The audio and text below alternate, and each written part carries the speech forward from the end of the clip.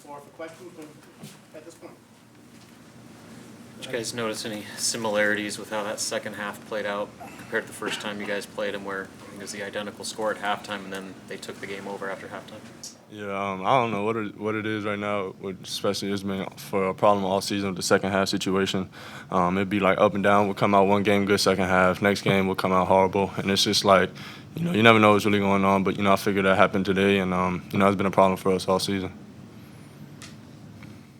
With the three-point defense, was it just a matter of them making tough shots, or do you think it had anything to do with your guys' closeouts or perimeter defense?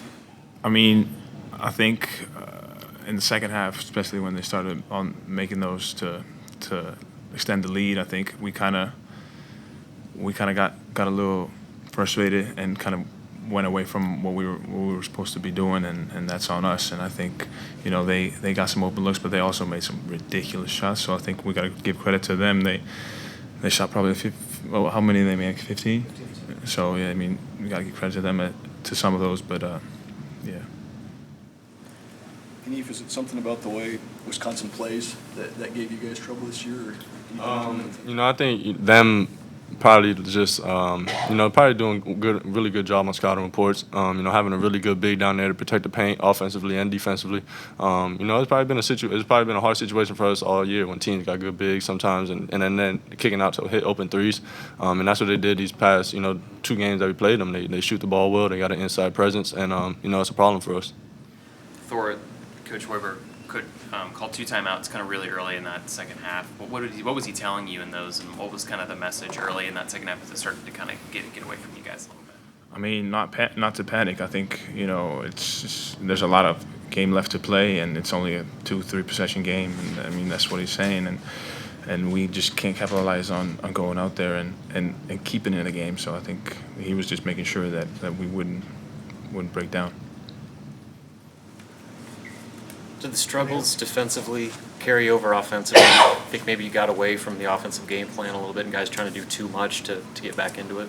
Yeah, I think that's I think once we struggle a little bit on defensive, we try to get 14-point play in one shot. We try to do a little too much back-to-back possessions, and it kind of messes us up. Kind of messes up the flow of the defense, offense, and I think we just got to find a way to sustain the hit that we get, and be a tougher team. Anything else, guys? Thanks, guys. Thanks, guys.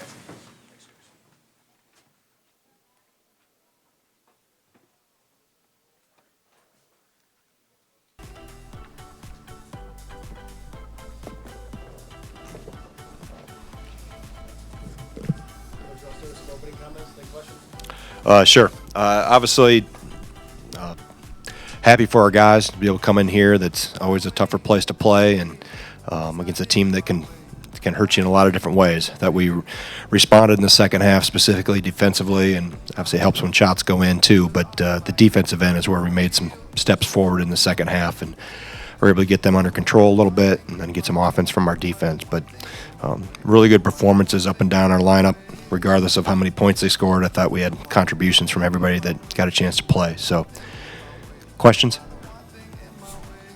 You mentioned doing a better job defensively in the second half. That was the story in the first game too. I don't want to call them adjustments, but was the shift similar first game to this game? What you needed to shut down?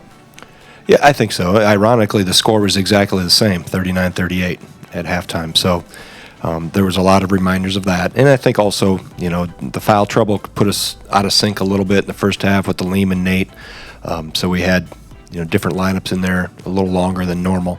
But I thought second half we were much more in tune defensively, and then you got to try to wear them down a little bit too. I thought Meach did a terrific job on Cam Mack. That's a tough cover, and for the most part, he did a pretty good job of keeping him under control.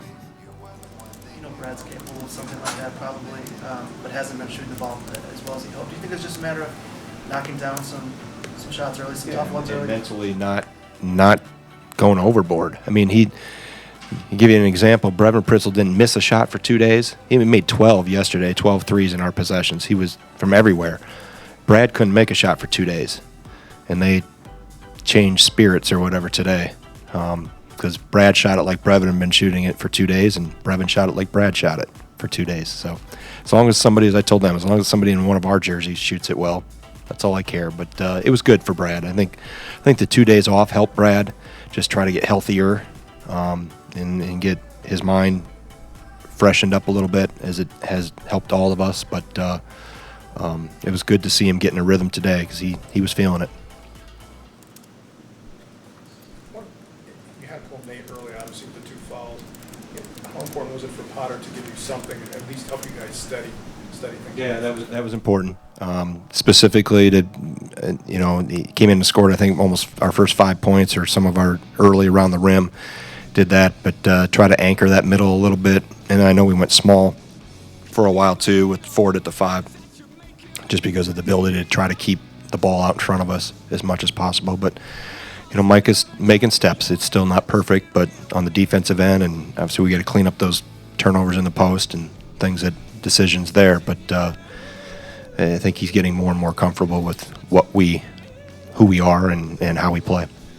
About Trice recently.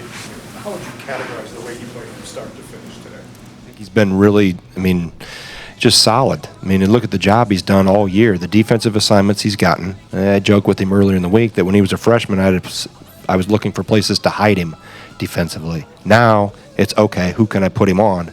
And this league is full of a lot of really good guards that are challenging. But look at his 5 assists, no turnovers.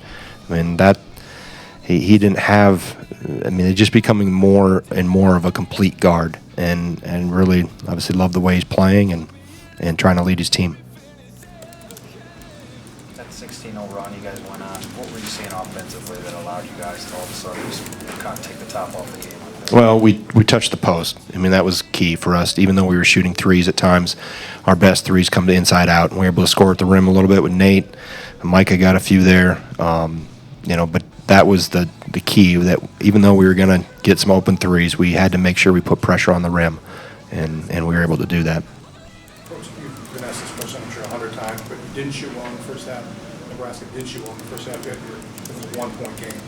I assume you reminded your players of that we're in this game and could be a lot worse than it was. Yeah, I wasn't. We didn't talk one thing about offense at halftime. The whole halftime conversation was about what we needed to do on the defensive end of the floor, because we were over a point per possession. The problem is, so were they. So we needed to tighten up things on that end.